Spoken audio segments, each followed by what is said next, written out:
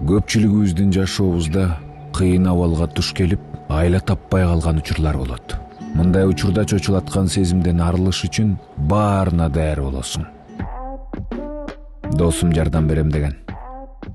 Мен аны досум деп жүргөм. Менин да ушундай үйүм болмок. Балдарым балдар бөлмөсүндө ойноп жүрүшмөк. Жубайым мага тамак жасап турмак.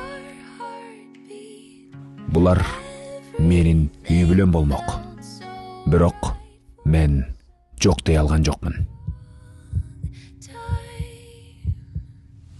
Кыргыз Республикасынын Улуттук коопсуздук мамлекеттик комитети өлкөдө синтетикалык баңгизаттарды колдонуу учурлары көбөйүп жаткандыгы тууралуу эскертет.